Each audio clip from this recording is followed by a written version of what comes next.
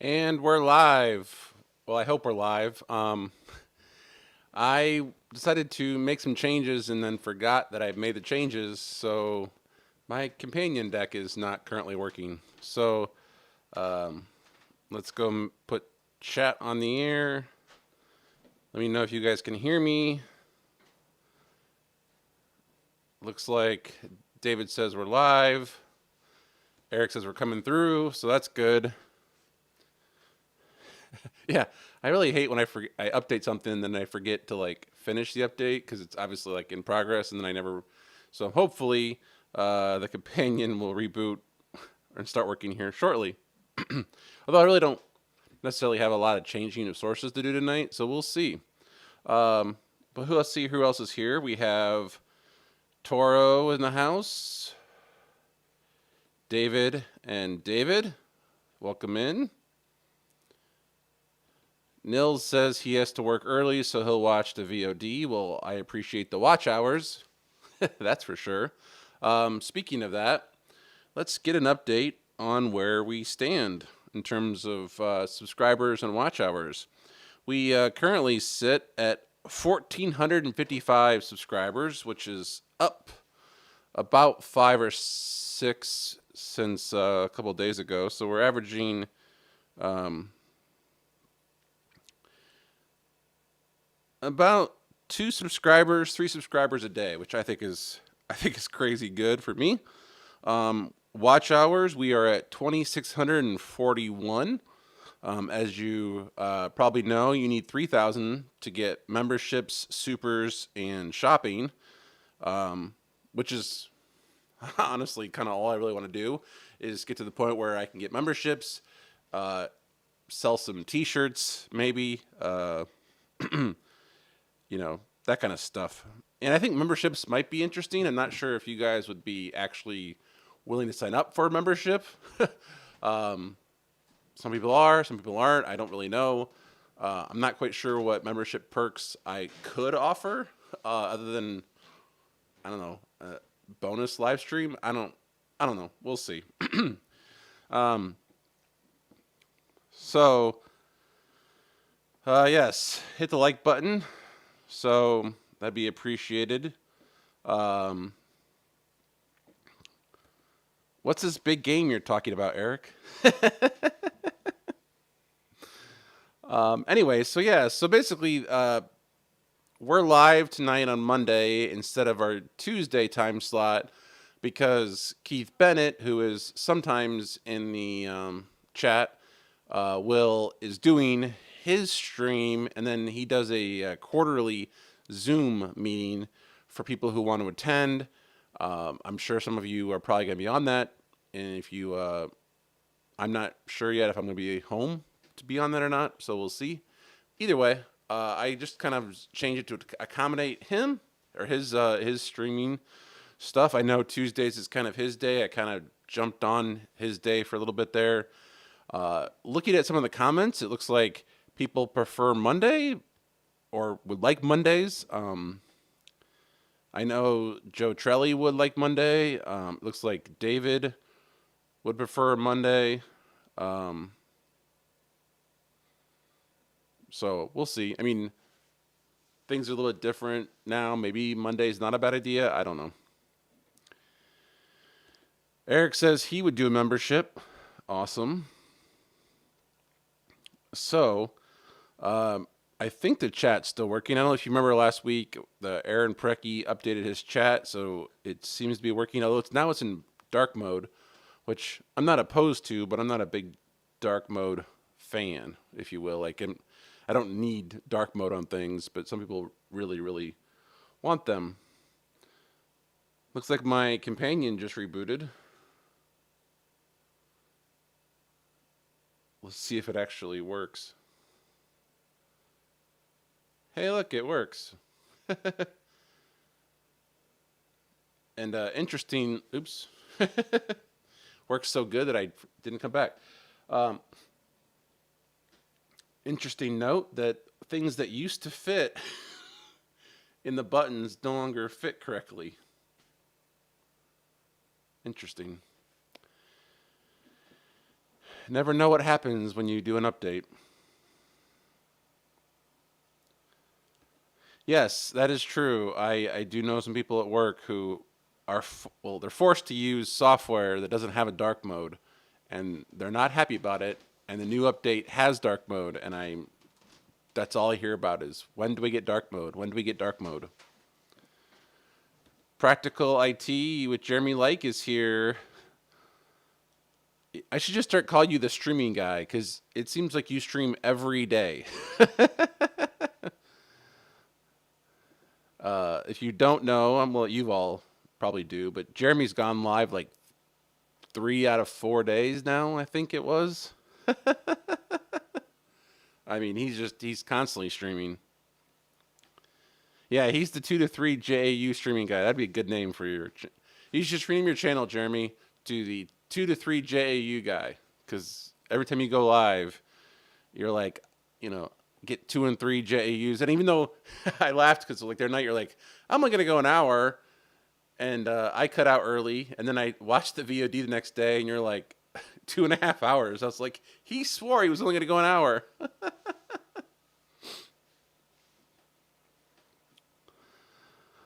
So yeah, if you're not familiar with Jeremy, go follow his channel. I'm curious, Jeremy, if you contacted the cable company and about changing your cable modem out. So speaking of that, I have some interesting results to share. Not that, I mean, I shouldn't say they're super interesting. They're actually normal results, but so this is my speed test tracker, as we've talked about before on this channel. Now, I went through and removed every bad speed test from one of the providers because it was just notoriously bad. And this is what I get now, which I find just simply fascinating because I was having so many issues with the network that I figured this would show very different results. And like I said, this is filtering out the one bad provider for speed tests that was constantly showing just absolutely crap results. So taking out that one, this doesn't look too bad. So I find that interesting that what I thought was bad internet is not bad internet, at least hasn't been recently. Now, this is, again, if you don't remember, this was we had the bad upload twice. I think it burned me twice. And then I burned Haley because she was trying to work from home one day. And I simply came home and replaced the cable that connected to the modem to the pfSense, and I rebooted pfSense, and we haven't had a problem since. Knock on wood. And yes, there's actually wood over there. So just thought that was interesting. That to share that result with you, basically, that yes, back to the data. Data's always good. Data can be deceiving too. You can have like good data or good results and not get the result you want. Inside reference there. Joe is in the house. Glad you made it. Tony's in the house. Welcome in.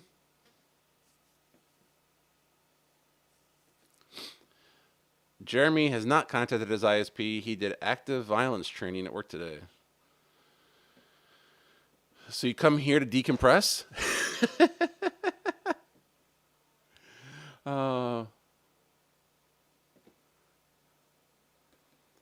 So if YouTube were to make a JAU an official timing measurement, would Joe get reimbursed?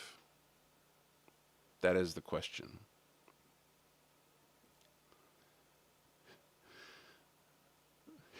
Joe has opened up. Oh yeah, speaking of that, I should probably start my unit or my test, which is 15 minutes late, but hey. Oops. Go back. I still say it's one of the most interesting things uh, that I have learned by doing this YouTube stuff is how just difficult it can be to be talent on camera and try to run behind the scenes. Like um, it is not easy.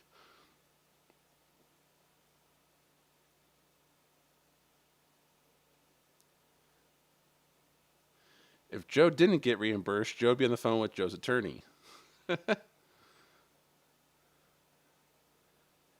That's true. You would have to split it with Bob. Um,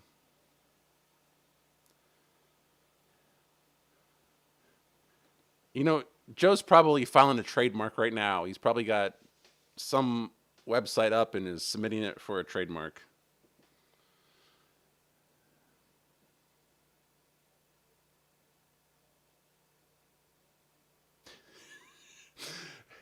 So will all creators be issued a dartboard?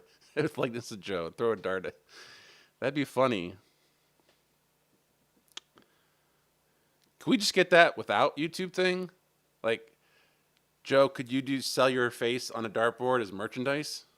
That'd be kind of cool. I'd buy that. Um, there is a domain. Do I still have the link to that?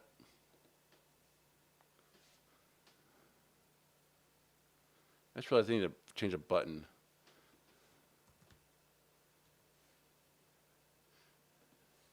Where's my link, Joe?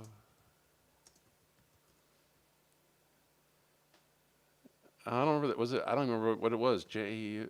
No. Oh boy, I don't remember.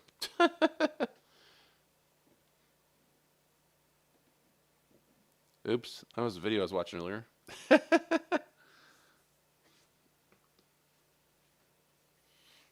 I'm gonna go change a button. I need a button on here. Oh, the domain is down.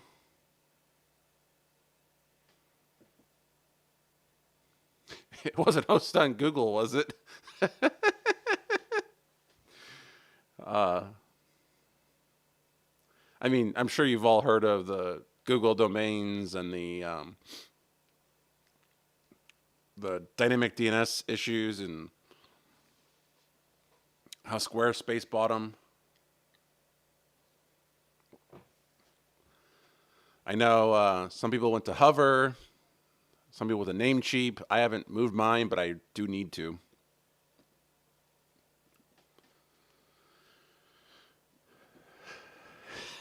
Jeremy wants royalties for his dartboard idea. I don't know. I think you might make some money off of dartboard. Just saying.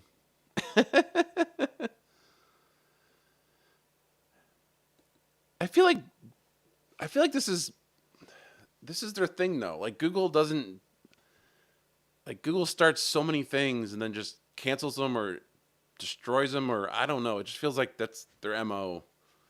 Um, hey, Clear Life Media, welcome. Thank you. So Eric uses Hover. David switched to Cloudflare. I was looking at switching to Cloudflare. Cloudflare. Yeah. Yeah, Joe does everything with outside of Google that he can.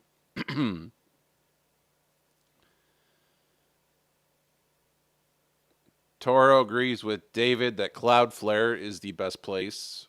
Um,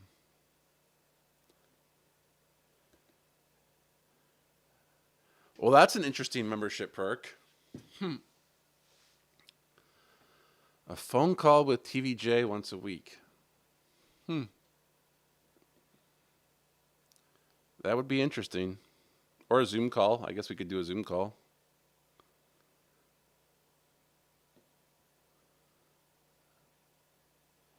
Toro is worried what's going to happen to his Gmail. I don't think Gmail's going anywhere. They like to read the data too much. And yes, they read your data. They read your emails in case you didn't know. Google doesn't usually sell. No, they usually just kill.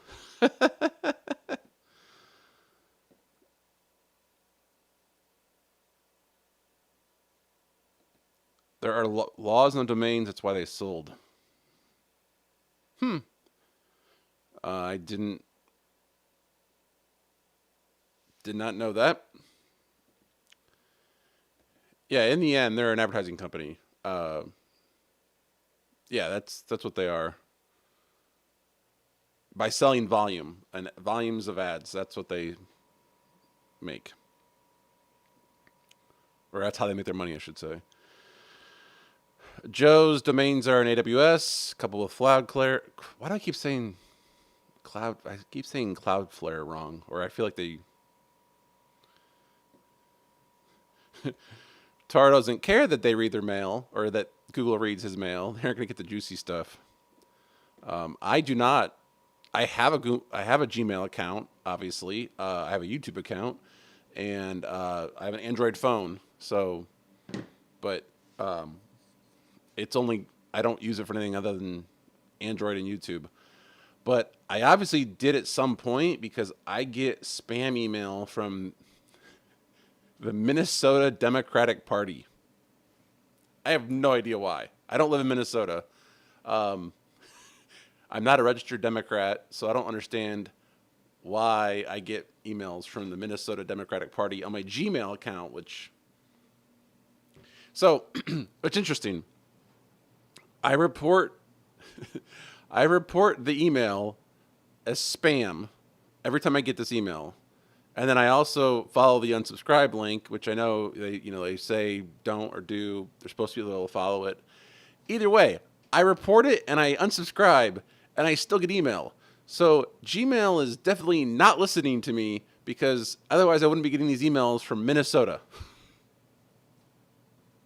And I don't even know what list I would have signed up for because I don't use this Gmail account for literally anything other than my phone and YouTube. So, uh, Jeremy says you need an excuse to get a gram stream.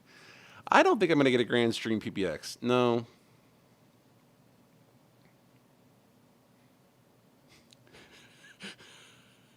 Cloudclare, my daughter. That's what I kept saying. I don't know why I can't say it right tonight. Um, there's probably a reason, but Joe says AWS just because it's easy to mess with resources to connect them between. Yeah. Oh, if you want to live in the cloud, I get if you want to live in AWS or you live in the cloud, AWS is probably a great place to put your stuff. Um,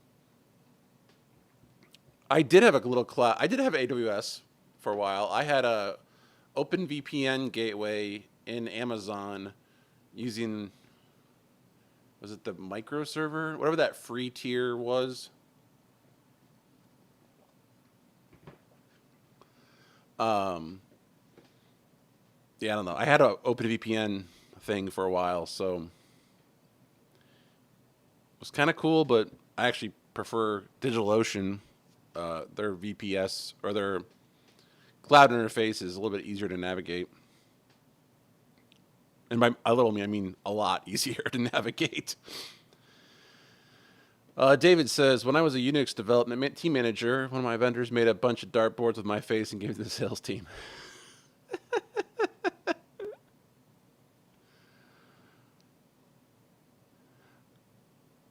That's funny.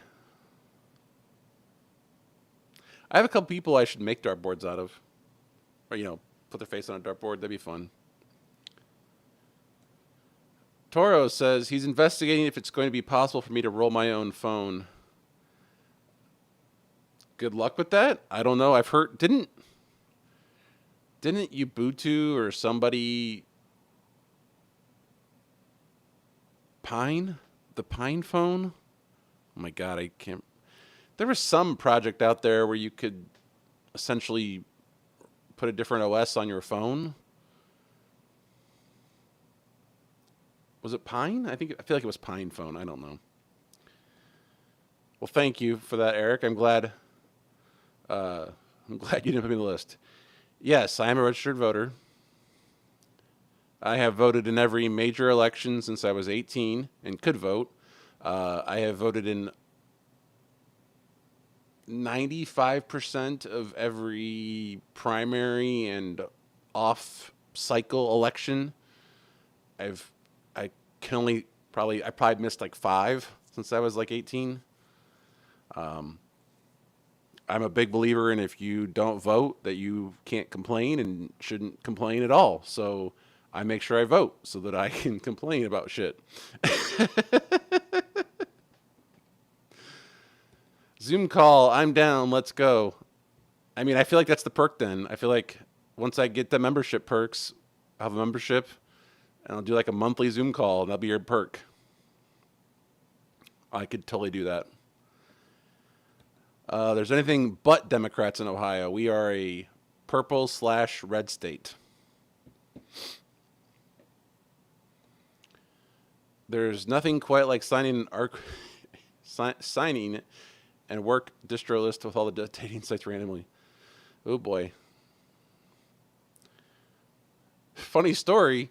Somebody at the station keeps unsubscribing us from list, which causes a whole different issue because we want notifications and alerts, and somebody keeps unsubscribing the whole newsroom from the list. Um,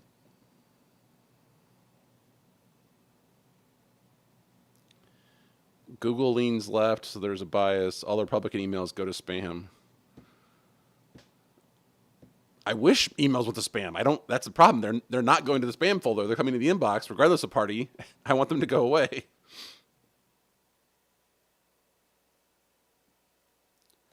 David says I use a cheap $5 a month VPS. Works fine. Yeah, I used to have one with DigitalOcean. I used Tony's. I think it was Tony's refer a friend or whatever it's called, to sign up for like the $100 credit for 60 days. So I signed up for DigitalOcean and then I kept it with the $5 a month tier, um, playing around with as my WireGuard, kind of like VPN tunnel. Um, I had other ideas about what to use it for, but it really didn't, as most things with me and technology didn't really pan out. So I just ended up deleting it. For all I know, it was like 5 days short of the time that Tony would get a credit because I feel like I didn't have it long enough to warrant, or did I? I don't remember exactly. I forget how that worked. You had to have it for so long before Tony would get the credit, and I feel like I had it long enough for him to get the credit, but I couldn't. I don't know if I did or not.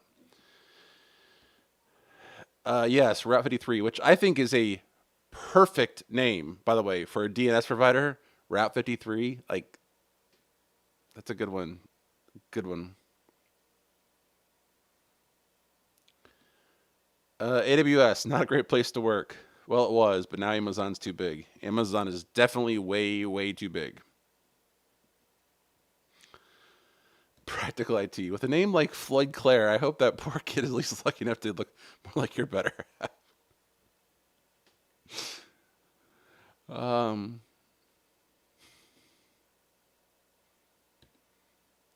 Ubuntu phone distro is still out there if you know where to look. Oh boy, now Joe's just kind of getting crazy. Uh, what I hate though is voter records are public. I have thought about revoking my right to vote to get off the internet. Very annoying. Uh,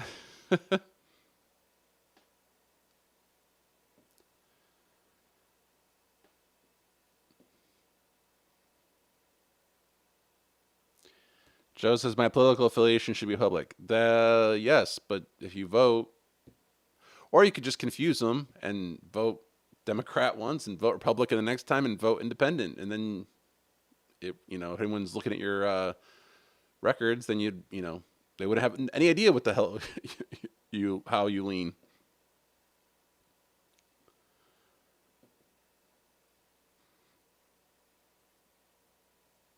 Tony says thanks for the refer a friend thing. Yep. I used someone's Linode link. They have a lot, but no expiration time. I used it for a whole year. Oh, Linode has no Timeout, huh? Because DigitalOcean was like free credits for 60 days. Like you could use up to 100 credits, but you had to use them within 60 days. Um, so that's interesting. Linode doesn't do that. But Linode is now somebody else, aren't they? Didn't they get bought out or something like that?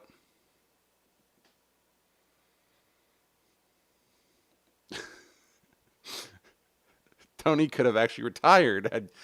Um, no, no. Tony would probably be better off if I just sent him the $5, um, or like a super chat. You probably make more money off of that.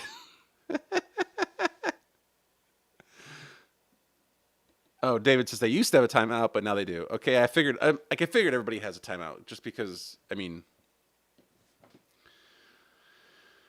everybody has wants you to use those free credits.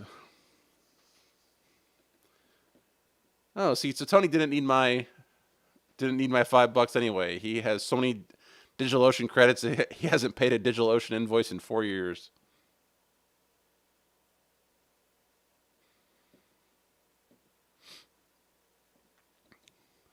Oh yeah, it's Akamai. There was a company that was like riding high for a long time, and then like nobody heard of them again forever, and then all of a sudden now they're buying people again. Um, Tony says that was a $25 credit. Yeah, that sounds right.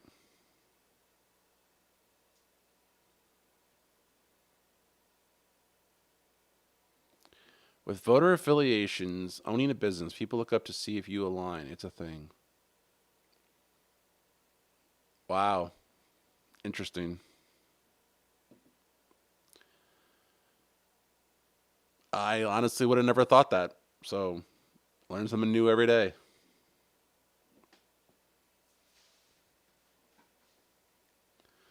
Um, all right, so let me see. Oh, so a little bit of home lab update, if you will. I don't remember if I talked about this last week. It was my project this weekend. Um, well, I have two projects. My backup server, my Nextcloud installation broke. That started a whole rabbit hole of me building a script to automate the install for Nextcloud, which I'm almost like it kind of works. I mean, it does work. It's not done the way I want it to work. And then I can't remember if I talked about it last time or not, but my I have XCP-ng and I have two servers. I migrated one server to the other one, and it took 8.5 minutes. And I was like, well, that's weird. That shouldn't take 8.5 minutes. They're both 10 gig networking. They're both SSD arrays. There's no reason why it took 8 minutes to move a 40 gigabyte virtual machine. And so I started playing around with it, and I was like, why is this messed up? What is going on? So I opened up the. Oh, I could just show you.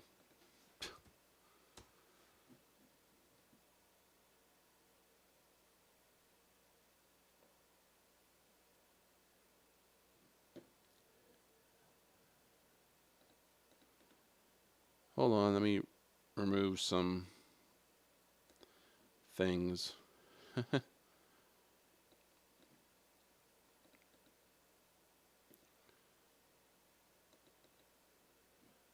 And you guys can't see this yet. Hold on. And I need that stupid button. Anyway, so I was looking at my host, and a couple of things I realized is this XCPNG center has not been updated since like 2020. And I'm like, okay, first of all, that's weird. I don't know why they're not supporting this anymore or updating this, but I feel like kind of weird. So I looked at local storage, and I noticed that like I had disk in here that were not tied to any machine. They were just sitting in there. And I was like, well, that's kind of weird. I mean, why do I have a bunch of and some of them were copies? Like there were I think there were ended up being like 2 copies of XOA or the Zen Orchestra appliance, and then like they were tied to the control domain, which I was like, well, that's weird. So I said, okay, let's just see. So I rebuilt one of the host one. I rebuilt it, and then I tried to migrate machines over to it, and it went 4 times as fast. So all of a sudden, what was 8.5 minutes or so now took 2 minutes. And I was like, well, that's good and that's better. So once I had moved all my machines from host 2 back onto host 1, I looked at host two's storage, and it had machines in here that were not tied to any virtual machine. And in fact, they were tied to the same XOA that had only lived on host 2 for like a day. So why there were phantom virtual disk here on host 2 made no sense. So I rebuilt host 2. So now both of my VM hosts have been rebuilt fresh with the latest version. And I have basically now decided that I can no longer use XCP-ng Center because I feel like this being old is where the problems are coming from, because they really want you to use Zen Orchestra. And I feel like that's where my issue is coming from, is that the tool is old, and I feel like maybe in moving things around, it's creating phantom files or whatever. So went down that rabbit hole this weekend. I also, at the radio station, just installed TrueNAS Scale, and as opposed to TrueNAS Core. And can I say that the interface for TrueNAS Scale is so much nicer than TrueNAS Core. They have really done some work to make that interface a lot cleaner for beginners or novice people who maybe don't understand things. It's definitely the web interface is better. The setup wizard is a little funky. Trying to get the IP addresses and the gateways entered if you're doing anything but DHCP. But nonetheless, it worked. I had thought for a second, I don't know if I'm going to do it or not, but I feel like I want to rebuild my TrueNAS box with TrueNAS Scale now, because that's obviously where they're headed. And I feel like that'd be a fun project to do. Not sure if I'll do it on a live stream or not, but we could. I don't know. We'll see. But yeah, I wanted to share that little fun adventure that I've now rebuilt my VM host. I rebuilt my pfSense in the last month. Lots of things have been rebuilt just to see, I guess, where things land and whatnot. So, but it's fun that you can rebuild things and you don't lose data because you got 2 hosts and you got backup copies. Although my backup copies for Nextcloud were broke, even though I went back as far as I had copies for, it still did not work. So it had been broke for days, or actually a week. It had been broke for over a week, and I wouldn't have known it until I rebooted, which is what happened.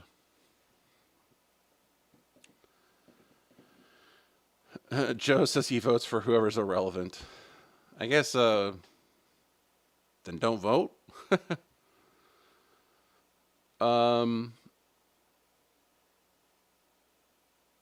Oh, as a few days ago, it's officially dead, retired. Huh? That would explain that.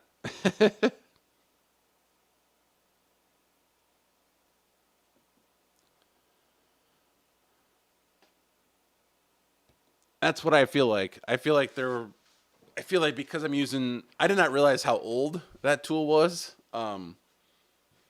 I think because I was doing some stuff in there that just things got sideways. So what I don't understand is how phantom disk in the thing were causing slow migrations. Like, I don't understand. I know Tom Lawrence talked about on one of his videos the VDI thing and how it had to coalesce. maybe that had something to do with it. I don't know. I just thought it was kind of weird. But I guess my suggestion would be is when in doubt, reinstall everything. Make sure you have backup copies. But um, I was very happy that I had a backup copy of my Zen Orchestra settings because when I destroyed all my Zen Orchestra instances thinking that would solve the issue, uh, it was nice to be able to build a Zen Orchestra and just reload the settings and move on from there. So I guess I really should stop using XCP and G Center.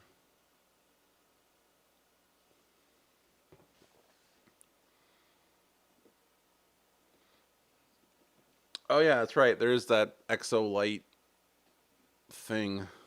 I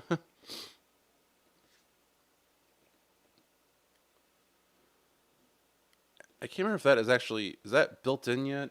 Um,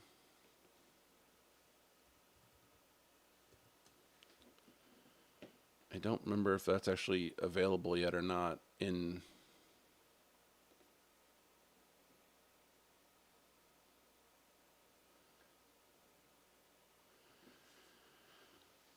so Exolite is not on the server at least um, that I can see.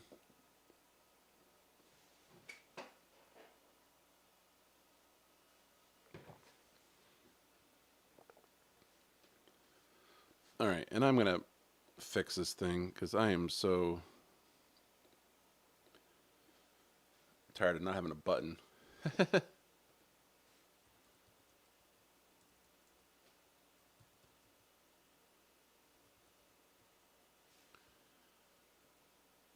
Oh, what is that website? The Raspberry Pi. Hold on. Too many screens. 8,000.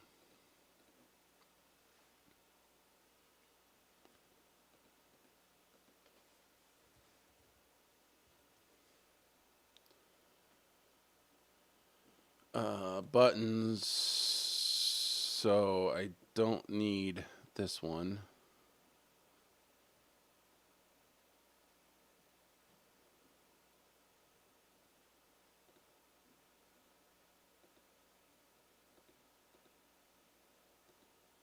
So this one is going to be Black Magic Program PC.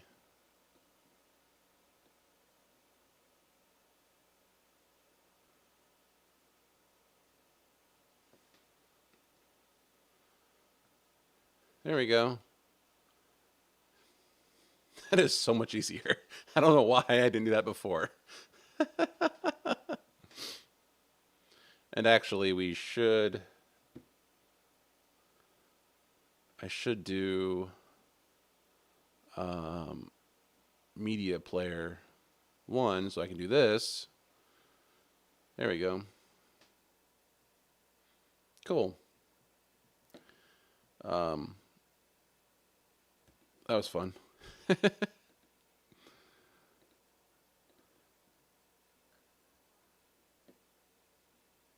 Eric, are you still using Proxmox? No, I've actually never used Proxmox. Never once. For anything. Um,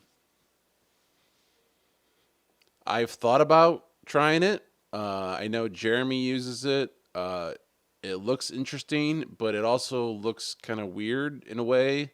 Um, I'm not big on the numbers thing, like how they assign numbers to things. Um, that seems weird to me. Um, so I actually did think about. I had a brief moment this weekend where I was like, maybe I'll just switch to Proxmox. Maybe I'll just try Proxmox instead. Um, Set up a cluster with both my machines and try it out. Because now that I'm doing some Docker stuff, like I have at least one Docker image. I spun up a second one, but I haven't done anything with it yet. I got rid of it. Um, well, I tried to, I should say. And then I'm like, maybe Proxmox is a better solution for me since it does virtual machines with Docker. But as you all know, I don't really want to live in Docker because I like to be able to get in and change things. So we shall see. But no, I don't actually use Proxmox. Yes, I used a script. There's a Zen Orchestra updater thingy bobber. I know that's a really technical term there. Um, just gonna do this for a second so I can get my menu back and close out that freaking window that keeps popping up. Um,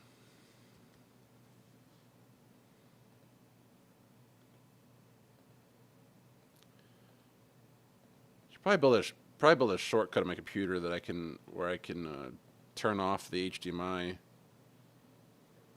port. I actually have one at somewhere, I think at work, where I can do like a keyboard command and turn the monitor off and on. I need to turn that on here. Um,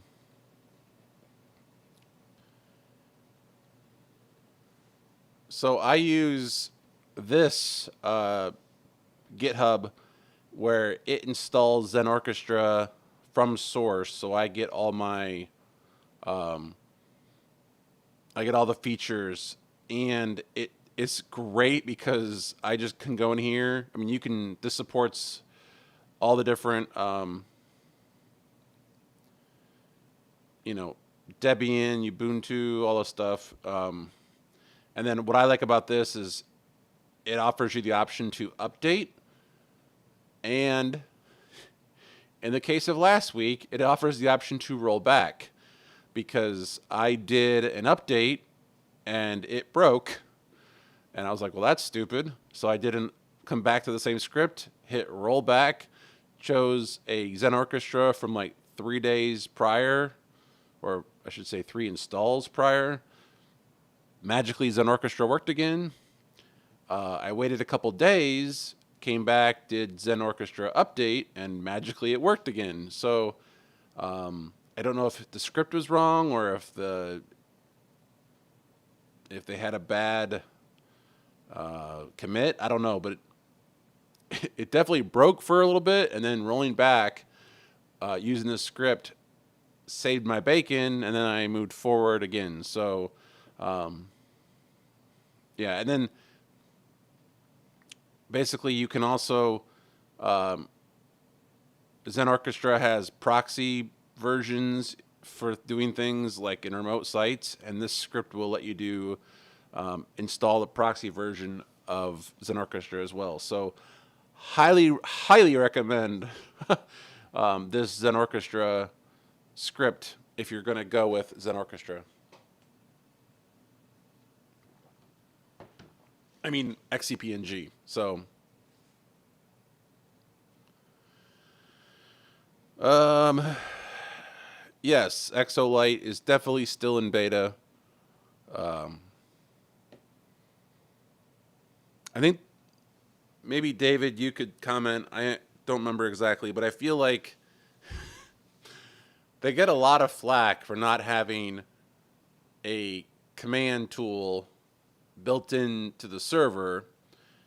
It was actually one of the few things that I didn't like about XCP-ng either. I'm like, if I spin up a server, I just want a command interface like VMware does or Proxmox does.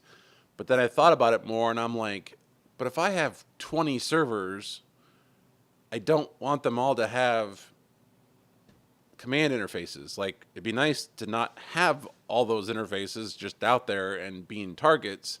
It'd be nice if I just had one controlling interface. So I do understand and can buy in to the model that XCP-ng and Zen Orchestra have put together.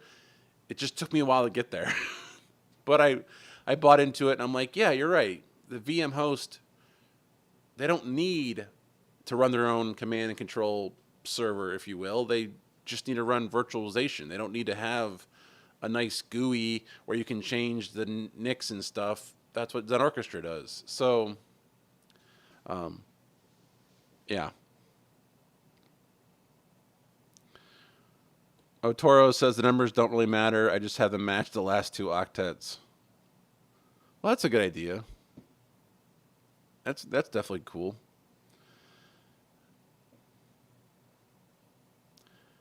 Yeah, UUIDs are hard to deal with. Proxmox numbers are easier. I'm sure they are. That is, I'm sure that's true. Um, David builds his Zen Orchestra in Docker. Yeah, and the other day when I was rebuilding my VMware host, or my VM host, I was really wanting Zen Orchestra to be outside of the pool. I was definitely like, ooh, I wish I would have been, done that. Of course, I could have spun up a whole new instance on, um, I want to say VMware Player, but what's the VirtualBox? I could have spun up VirtualBox on my laptop and then ran VM or ran Zen Orchestra on that, because you can do, uh, nothing says your Zen Orchestra has to live on the machines itself. It can live anywhere, and it could be a virtual machine on your laptop. The only downside to that is if there's any kind of backup or automated task, then you don't have that automation. So,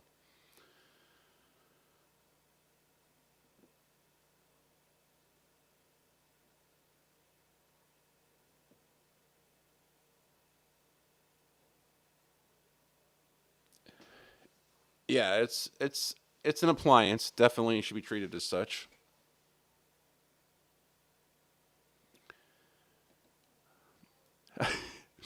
When it works. See, that's part of the issue I had there today. Is when I started messing around with my stuff, when I was getting the 8-minute transfers, I couldn't remove the host from the pool.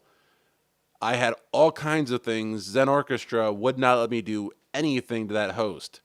So there was clearly a problem with the host and the pool. So I ended up rebuilding everything because it was not happy. I couldn't designate a new master for the pool. Like it was definitely sideways. Um, so yeah, so I mean, it's kind of my first real like, is this the right platform for me? Because like I haven't really had an issue with Zen Orchestra a whole lot up until now. Um, but this was definitely one of those things that made me pause. Like, okay, is this really the best one? Um, so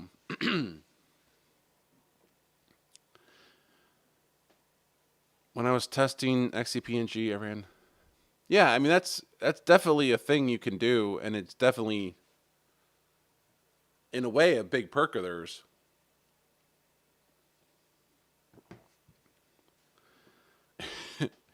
Yeah, no host for you. Yeah, man, I felt that way there today.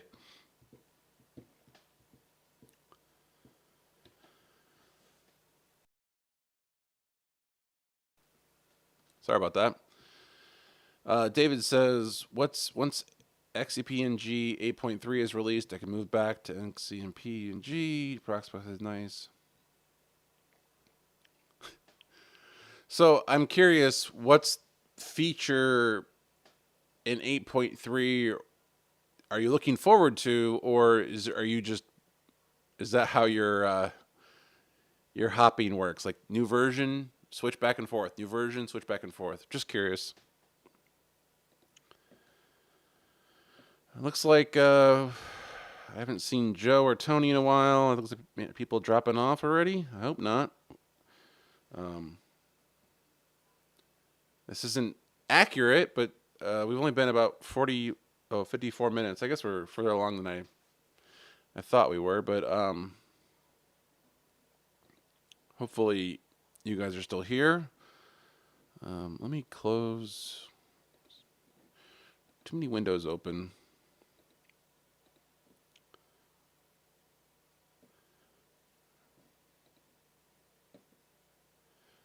Oh, okay. Joe's still here.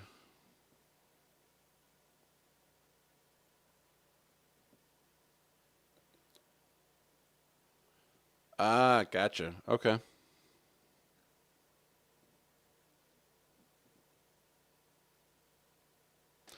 So I will say that I am working on some projects, some ideas about doing some tests. Spent a lot of tests doing testing today with Joe about some stuff for the big game, if you will. And so I plan on having a post big game, live stream where we talk about all the stats that are involved and the cameras that are involved and the people and all the different things that are usually released after the game. And so we'll be doing a big game recap live stream coming up here pretty soon. I'll probably have some more stories to talk about. I know I did last year. Um, and so you can look forward to that. Um, I still want to do an XCP script walkthrough. I think that might be fun to kind of walk through my script that I'm building. Um, but I am looking to you guys to kind of see, is there something that you want to see? Um, and I'm curious, does Mondays actually work better? Because we did that poll and Tuesdays was better, but several of you implied that Mondays are better for you. So I am curious to know which days you actually prefer. Now we've done a little bit of both. Um, and my schedule's kind of changing, so I guess in theory, I'm both clear both days now. Um, so let me know what you guys want from the days, topics. Um, do you like these kind of random streams where I get on and don't have a plan, or do you like the streams that have plans? If you're watching after the fact, please comment down below. I really do want to know what you like and don't like in terms of the channel. I'm willing to adjust certain things to make your viewership better.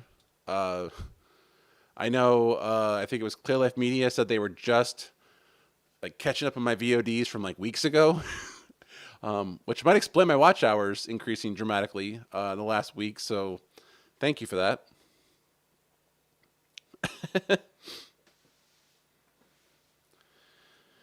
Okay, so XCP has better template and cloud init support. Yeah, there's a whole cloud init tab. I don't know how to use it, but it's there.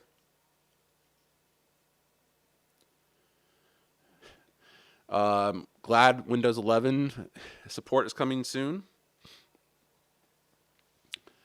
My fave tech. Hello, Jay. First time. Well, welcome in. Just been getting into vMix. Oh yeah. So that's actually one of the top ways people find my channel, and vMix is really cool. I probably should do an episode. An episode. I should probably do a stream on vMix again. That would definitely be fun to do. I haven't done. I did one a while back from the trailer, um, but I showed sensitive information in it, so I had to pull the stream down. But I definitely should do that again. It's basketball season. I might be able to get the trailer. I might be able to just get vMix from somewhere. Um, yeah, I should definitely do a vMix stream.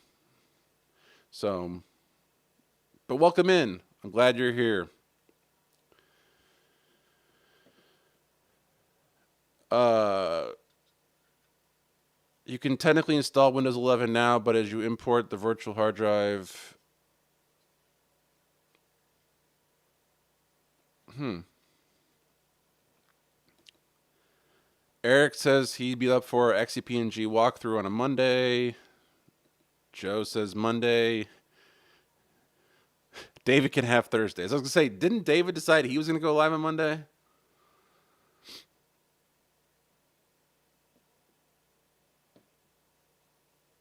Mondays are all right.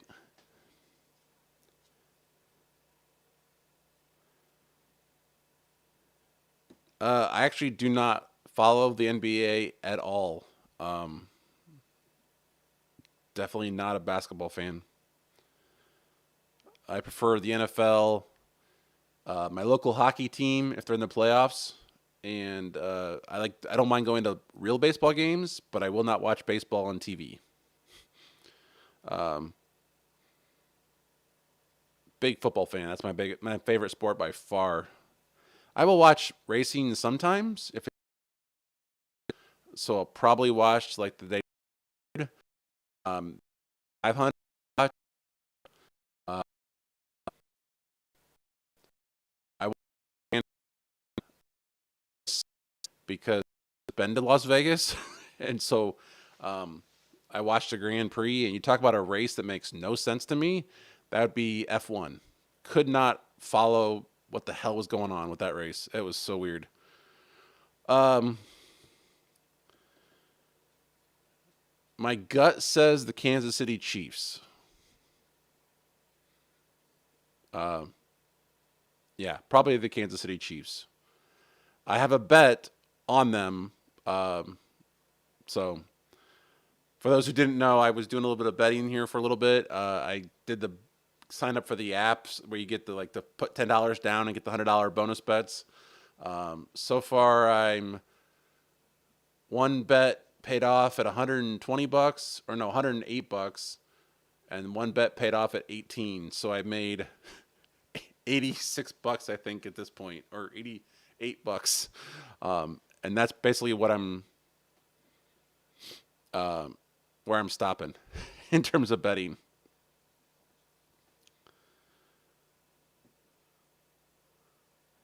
Oh, I forgot to turn the speed test off. You're right, that's what it is. It's definitely the speed test. I need to figure out how to do KeyOS. I need to figure out how to back that thing off.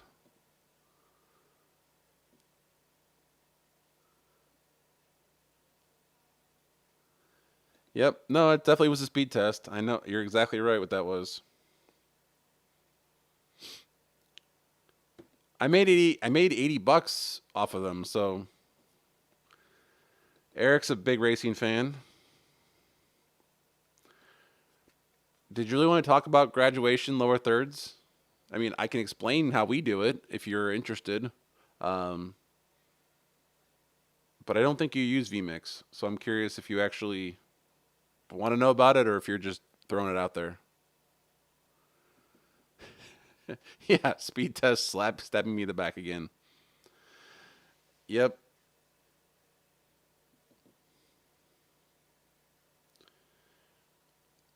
Joe says for my fave tech, it for me.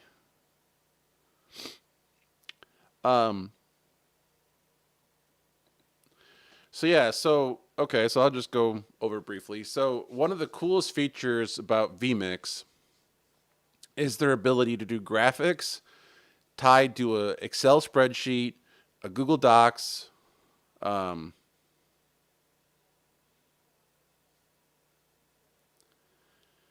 yeah. Um, yeah. So one of the things we use about vMix, like I said, is graduation. The biggest reason we use vMix, well, actually, there's two, is the instant replay and graduation lower thirds. So we used to do. Am I really not there? I'm curious.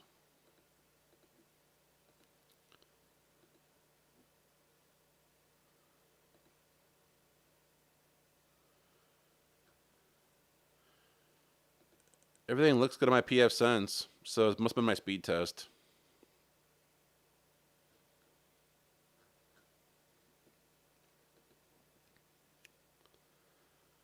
Um, all right. So like I said,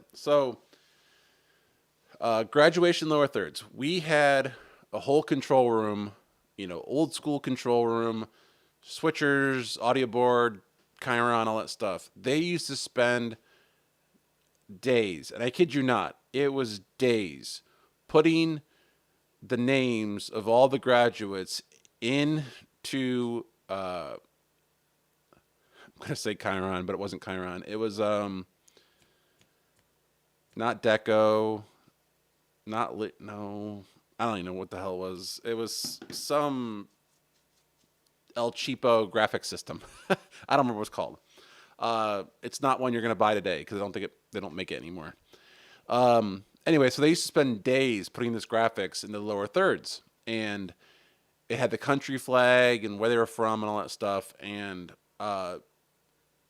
we just needed to simplify that. We also needed to go to HD, and their control room was SD, so there was no way we were going to upgrade that control room with ease. So we went to vMix, and we figured out relatively quickly how to import or how to have the administration provide us with a Excel spreadsheet that we just modified slightly, and then we could tie it to the lower thirds. And so using a Stream Deck, when we do graduation, one person literally sits there, takes the cameras back and forth, and then with his left hand is simply, hitting next for the font. And it just simply goes down the row and loads the names into the graduation, or, loads the names into the fonts. We got rid of the country being displayed. That was kind of like the kicker we had to get rid of. In hindsight, if we used abbreviations like US, we could map that to a graphic and have the flag displayed for the US or Germany or France or wherever that person's from. We may go back to that at some point. I don't know if we will.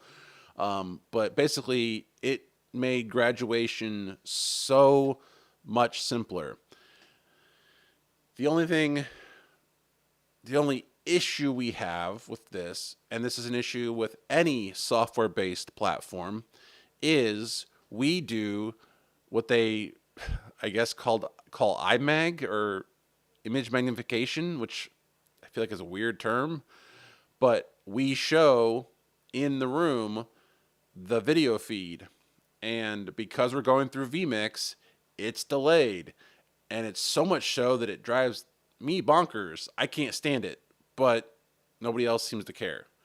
But I find it mind-blowing how bad the damn delay is. Of course, I also know at church we do the same thing, and we're using a Ross Carbonite, Ross something at church, and there's a delay between the stage and the screen at church, and so that's hardware, and I notice it.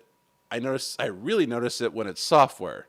So if you are going to be using vMix for things, on-screen presentations is probably not one of the best ways to use it.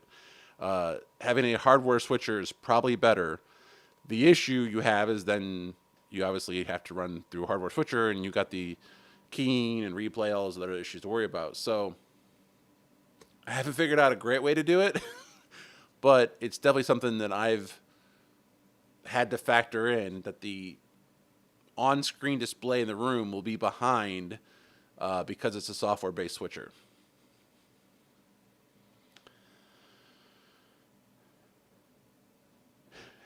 Yeah, nobody wants to type crap into a freaking Chiron. That is, yeah, El Cheapo. The funny thing is, I remember buying the graphics machine. I wish I knew the name, and it was not cheap. It was like $18,000, and in hindsight, it was just a complete waste of money.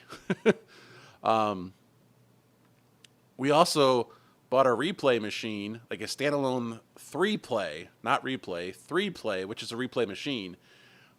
We got one of those, and it was, I want to say, $28,000, and we could have bought like 4 vMix setups for that price, and yeah, I mean, it's just, don't get me wrong, I like hardware, I definitely, but there's lots of things you can do in software that are cool, and if your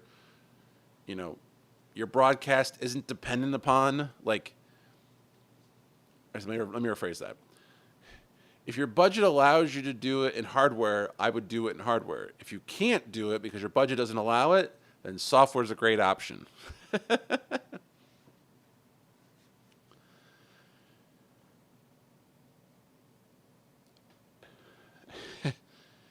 No one's time is worth nothing.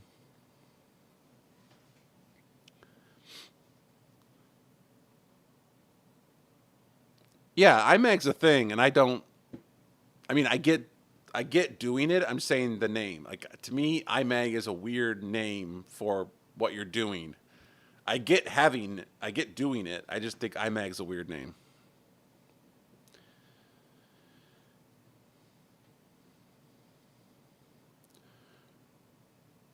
We removed our delay by using a separate ME. Removed 70-80% of the delay.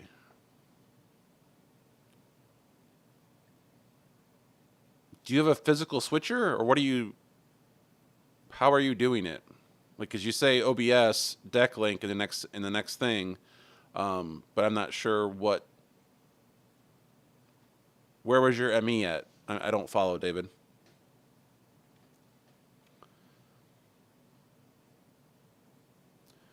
The delay for us is now camera delay. It matches the monitors, so technically the lowest we can get.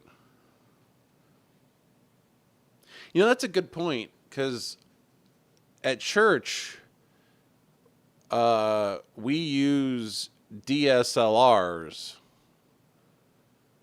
so they get converted and then run upstairs and then come back down. So I'm curious if what I'm seeing is the DSLRs or the projectors, because they're not monitors, they're projectors, which obviously have a delay as well. So I'm wondering what delay I'm actually seeing.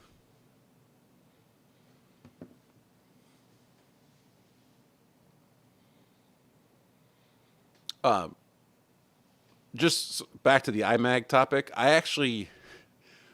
We discussed briefly, this was years ago, we discussed having an ATEM mini or a physical switcher to switch the cameras and then have that go to the screen and then just add the name fonts in vMix before we stream out to YouTube. So we did actually talk about splitting up the switching to be hardware based, and that way the in-room feed would not be delayed. It just wouldn't have the graphics. But then of course they're like, we have to have the graphics, so that kind of killed that killed that idea.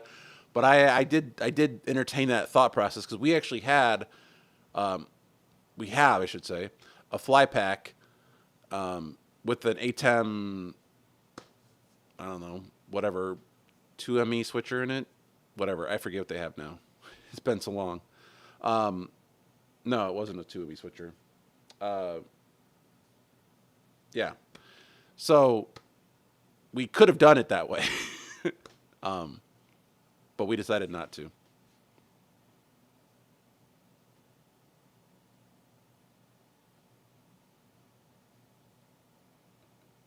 Oh, that's right. You have the ATEM 2ME. You and Tony were talking about that.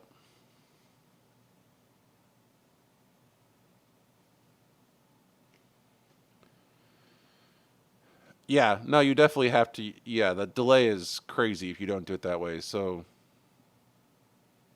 I agree with buying the 2ME switcher for sure.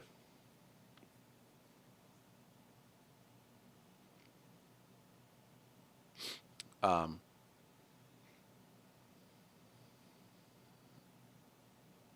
I still wish, and we actually bought this years ago. We have a dedicated graphics software at work that's like the cheap version, and it does the Excel spreadsheet import and whatnot, and you can tie it to that. It's a New Blues Titler Pro, and so there's an option if you want a third party graphics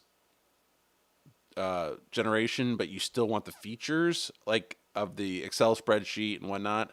There is software out there, and I feel like it's less than $2,000. Like I feel like it's maybe 1,300, $1,400 to buy that, and you can just import it to from a spreadsheet. So if you are trying to do separate streams but want the same graphics and want a key fill, there are options out there that aren't $18,000.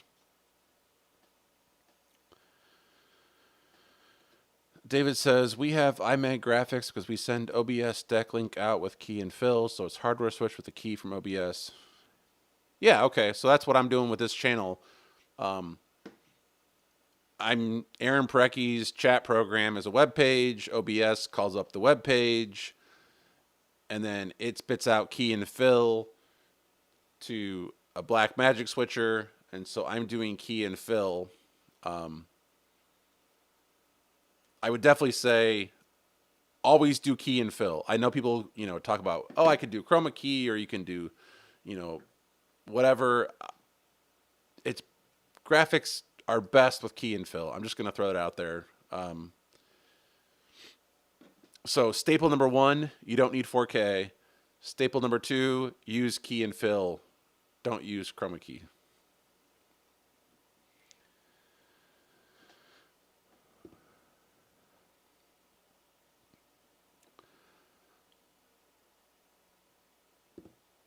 Oh, so one ME is for YouTube, one ME is for iMag. And you really notice that much difference by using different MEs? Poor man switching to 7.2 switchers. Yeah, Companion, great product. Very, very much. Like I showed you earlier that I'm using Companion for this stream.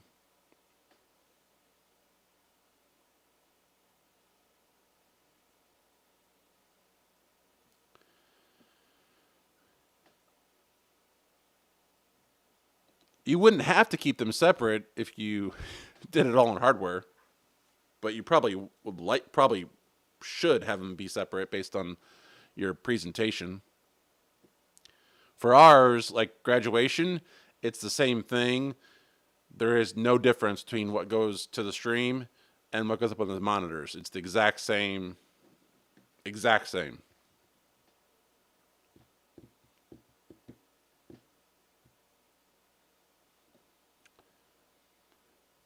So okay, so you do, yeah. You're switching 2 different shows out of the same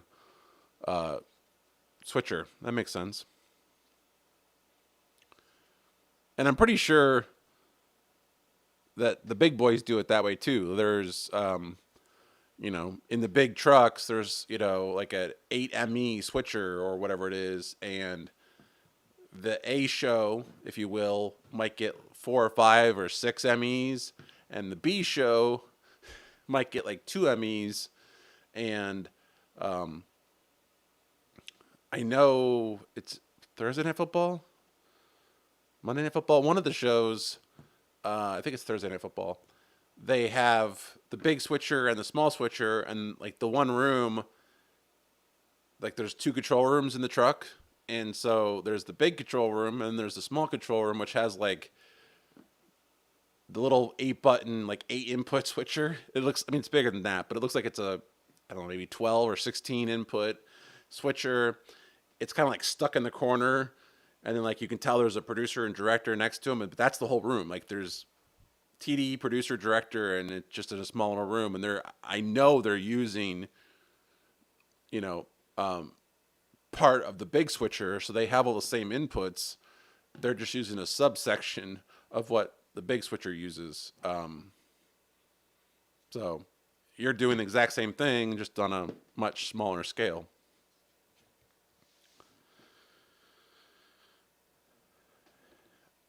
Keith Bennett is in the house. Welcome in. Keith is the reason we're on Monday night tonight. Keith, we actually talked about earlier, and I'm kind of considering going back to Mondays. Not sure. I know David was going to do Monday, so if I go back to Monday, and then you would have Tuesday, Jeremy would have Wednesday, David could have Thursday if that works. Then Jeremy would have Friday again. There'd be nobody on Saturday, and then Jeremy would have Sunday again. If that did I get that right? I think I got that right. Um, yeah, we had a delay from OBS that was taking a feed, mixing in graphics and recent. Oh yeah, oh yeah, yeah.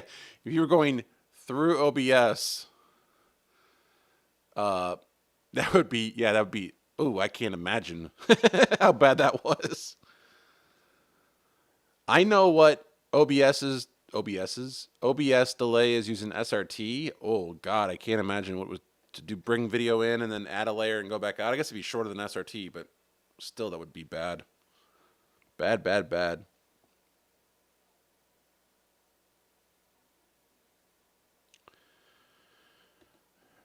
Yeah, I would say David is definitely doing it the smart way. If you can't afford or don't want, two completely separate switchers with DA cards and all that stuff, get the 2ME, split it in half, using Companion or yeah, using Companion. That's a perfect way to do it. Because other way, you got to have like DA cards and then have the DA cards feed two different switchers. And I mean, DA cards are well, I use cards. DA frames, Black Magic, whatever. Do I have one down there? I don't know if I do or not.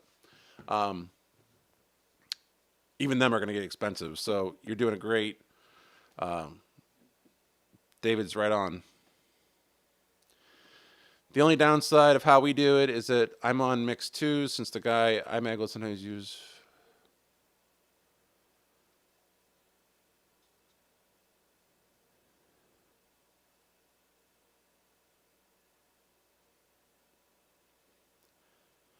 Oh yeah, because he's ME2's never on air, therefore the cameras wouldn't get tally.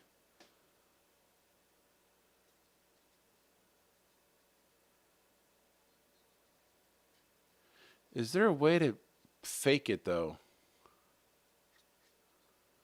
What kind of cameras are you using,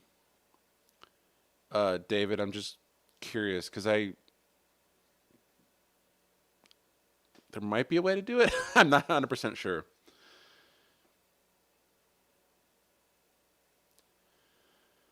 Um, yeah, no, I've gotten some good turnouts on these streams.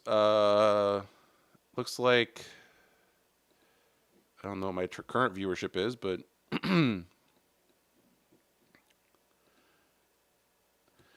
Doug Johnson mentions avoid using video hubs distribution because the camera switch there's another.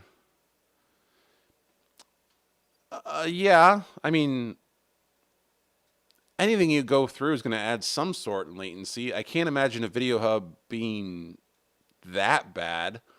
It's just a video router. Um,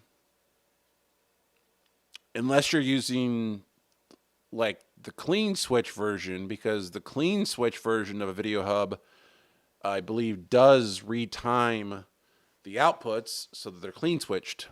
But if you're just using a regular video router that's not doing any modification, it's essentially a cable, um, like just a straight through cable. So I guess I would say depends on the video hub. um, so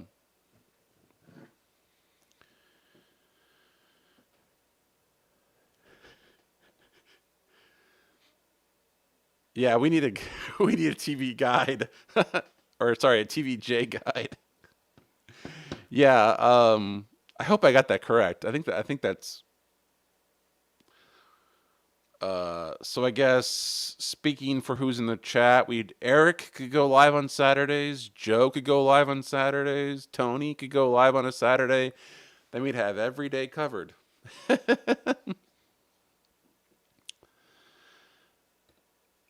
Ooh, half a second of delay. Yeah, that's definitely noticeable.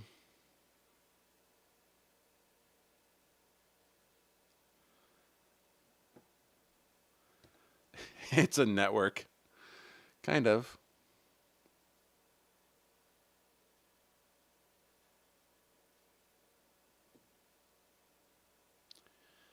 There is a way to fake the tally. It's a key that's completely transparent. The other hack is to loop in an output back into an input. Not sure what kind of problems that would cause. I don't know. Yeah, I'm not sure about that one, the second part of that. Maybe I'm wrong. But again, I'm curious what cameras you use.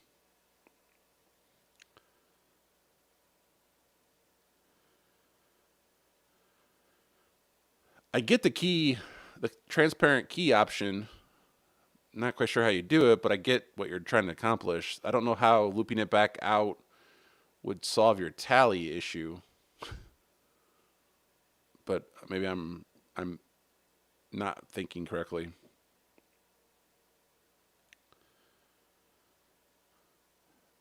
Ooh, we're approaching 1.5 JEU. I know this counter's wrong, but we're definitely over. We're over one. That's for sure.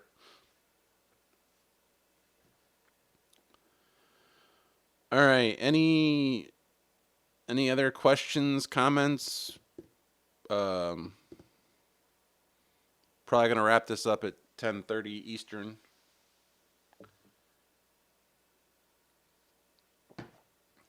Who's messaging me?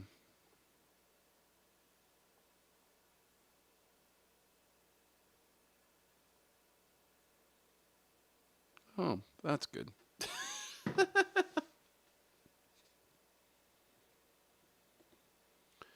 It will solve my tally issue by.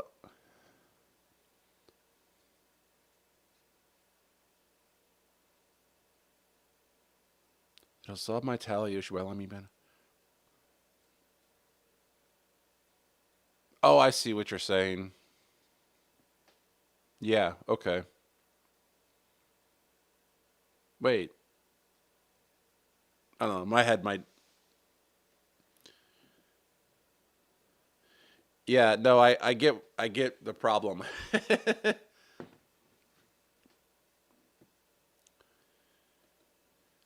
My favorite tech is in Arizona. Okay. Rainy in Arizona? I thought Arizona was dry. Or is that only certain parts? I've never been to Arizona. I've been to Vegas 3 times now. I've been to San Diego, but never Arizona. I was in Texas once when I was a kid.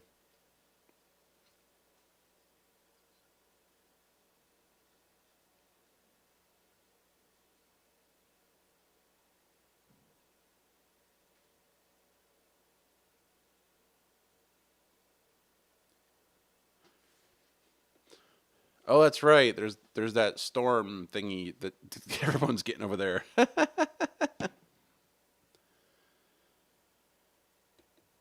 That would be me.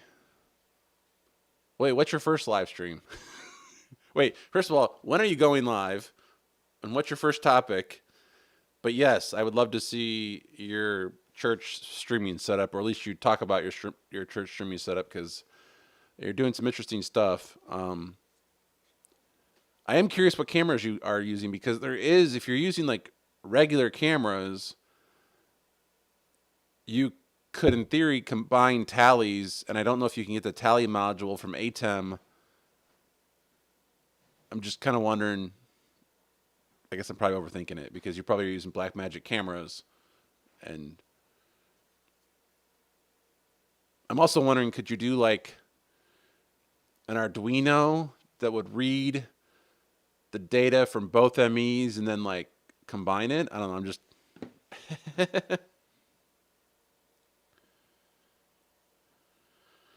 Oh, sorry. Your first stream will be to see if you can even stream.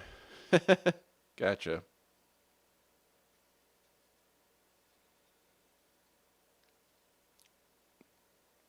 I'll tell you right now. We were doing some testing today, and we were getting 100 megabits per second on cellular. I was amazed, and I'm amazed not because I know it's possible, but I was amazed because we were nowhere near the city. um, I don't get that kind of internet here at my house, and yet in the middle of a freaking field, I get crazy fast internet, which I find hilarious. Verizon is just stupid these days. I know I'm in my basement, but like,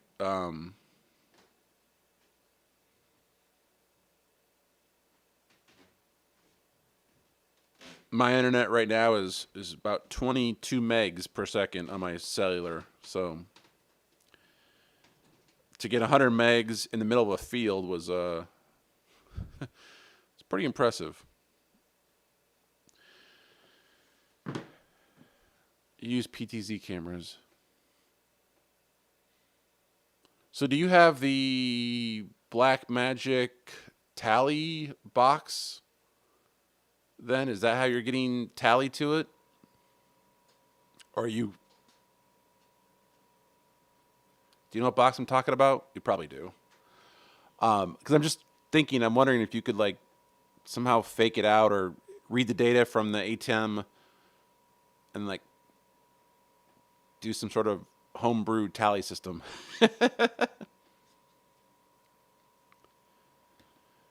Just learning how to fully use your ATEM Mini Pro ISO. Yep, I did that. Not the ATEM Mini, but I mean, I went to school full time and worked full time.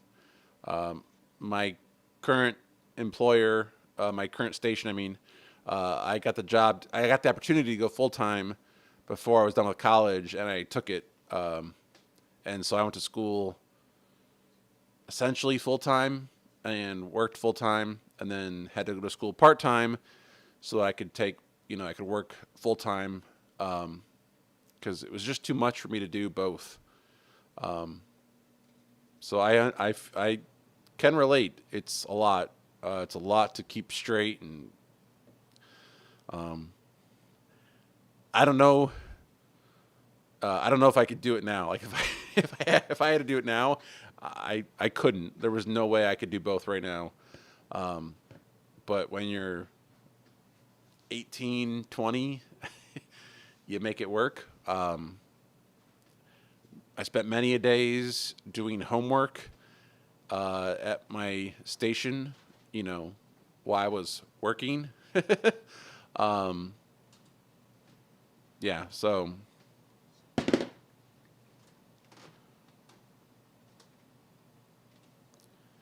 Oh, you don't use Tally at all. You mean on the multi-viewer. Oh, yeah, you're not going to be able to fake that out.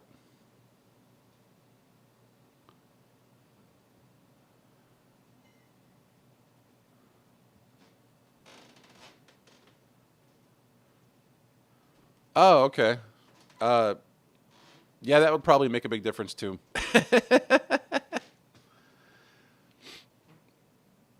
What are you going to school for?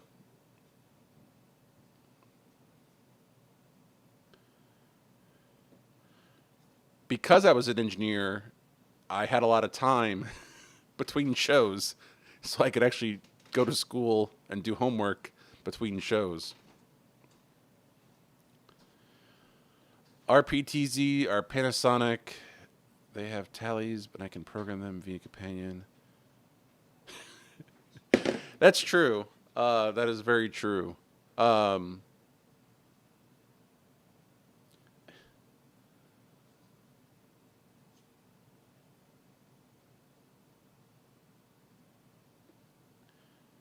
Bachelor's in supply chain management. Okay, cool. Well, I wish you the best of luck on that. Glad you made it here. Hopefully, you come back. Like I said, I typically go live on Tuesdays, but I've been trying to figure out back whether or not it's Monday or Tuesday. We'll see. Um, um, do I have that box down here? Hold on a second.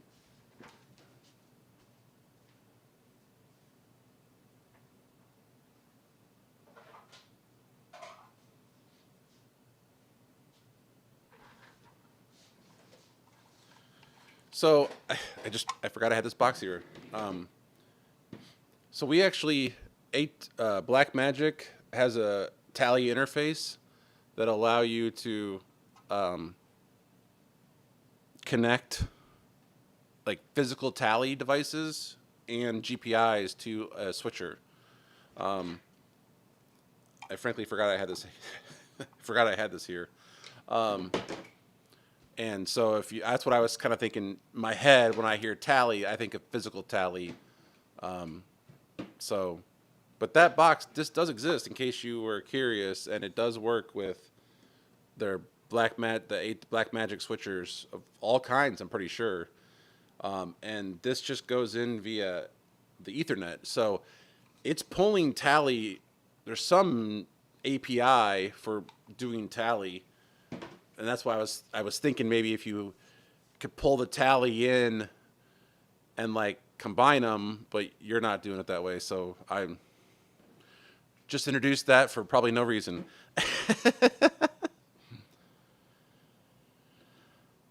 Oh, yeah, that's not going to be fun at all. Uh, you basically have to have a decoder or a bridge because NDI and ATEM or Blackmagic are like competitors. They just don't work together. Blackmagic does not support NDI at all, and I do not ever see them supporting that. My opinion, but you basically have to get like a Blackmagic or not Blackmagic. Um,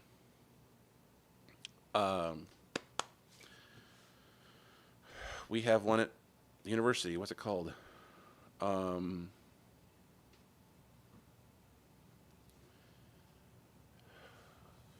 Bird is it Bird Dog Play?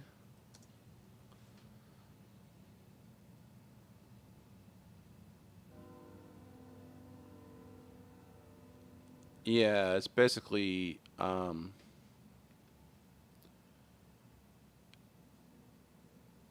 so you'd have to get like one of these where you bring in NDI and then spit out HDMI.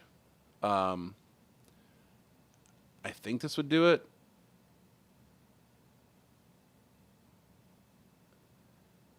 Yeah, so uh, this would basically allow you to play an NDI stream out to HDMI and bring it into your ATEM.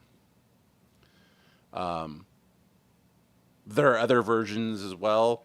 We have this is not what we have at the university. I can't remember the name right now. It's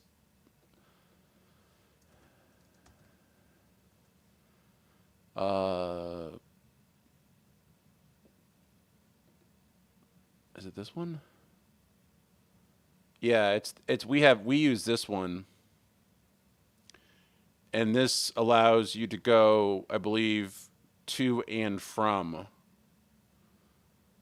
Um, it's obviously a lot more expensive, but if you need to send video back to NDI, um, and you want the ability to do SDI as well, then you need to buy something like this. Um, so yeah. Oh yes, and oops. And Joe points out you could do a Magewell Pro convert as what you know. So there are lots of options to do that, but basically you need a bridge or some device to bridge an NDI and an ATEM because they're not going to talk natively. There's just no way that's going to happen, and I honestly don't ever see it happening. Um, I personally, while I use NDI at the university, I'm not a big fan of it because I don't think it scales properly, and we've had just a bunch of weird issues with it. Where things just don't work right, and I never could figure out why. Um,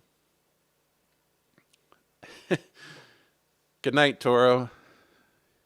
Yeah, we're past 1.5. Oh, that's right. I started late. Yeah. So what are we at right now? Yeah, we'll get officially a 1.5. I'm sure. But yes. So anyway, my point being, uh, I don't know that NDI is going to be the end all solution for most things. I think we'll eventually all end up on 2110. Black Magic has now done 2110, so I'm way more confident in saying that 2110 is the future as opposed to NDI. Um, so yeah, so but 2110 is a whole different topic. Yeah. So David says we have set up where one man show everything, hard to do. Yeah,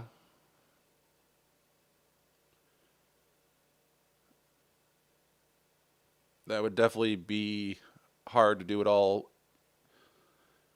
Occasionally, you have a camera person up front. And that's when their tally can be useful.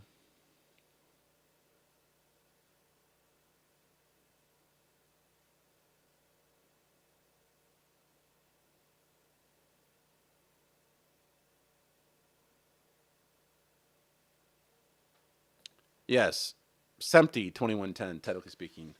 Um, thank you for pointing that. So SEMPTY 2110, my fave tech, uh, is, if you don't know, is the basically the open standard for video over IP that anybody can adopt. Where NDI you have to pay, well, NDI I guess it used to be started by the TriCaster folks, um, but then they split it off, if I'm not mistaken, to actually be a separate company. But SEMPTY 2110 is like an open standard, and you can just subscribe to it, or just you could basically just make your device work with it. And SEMPTY 2110 is what all the production trucks and TV stations are going to. And so that's why I say it's the future, because it's also the current. If you're building a new facility and you're doing hundreds of video channels, you're going with 2110. Nobody that I know of is building a facility based off of NDI at 100 plus channels. So I'm not saying we are ever going to get to that point, you and me, David, Joe, but so NDI would work great in a home environment. It'd probably work great in some small stuff, but when you get to the scale that my day job, NDI is not going to cut it. It's not one of those things that is supported at that level. Sorry, and so that's why I say 2110 is the future, and Black Magic supporting it just confirms that. So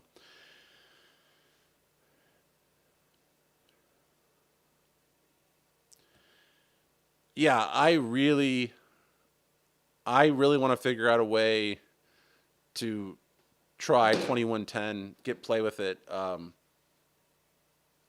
If I was monetized, I would probably start a fund to buy 2110 boxes. Because I really just want to. I think I'd love to see it. Yes, 2110 does have delay or latency because you're converting video from one to another, kind of you know SDI, which is essentially an RF signal, to an IP signal. There's conversion there. You're not going to get around that. So yeah. So anyway, we are. I'm sure. Oh yeah, look at that. We're 1 second, and this is even late. So I know we're already at 1.5 JAU. So I think we're good there. So I'm gonna call it a night. I want to thank you all for being here. I will definitely hold on before I say that. Definitely.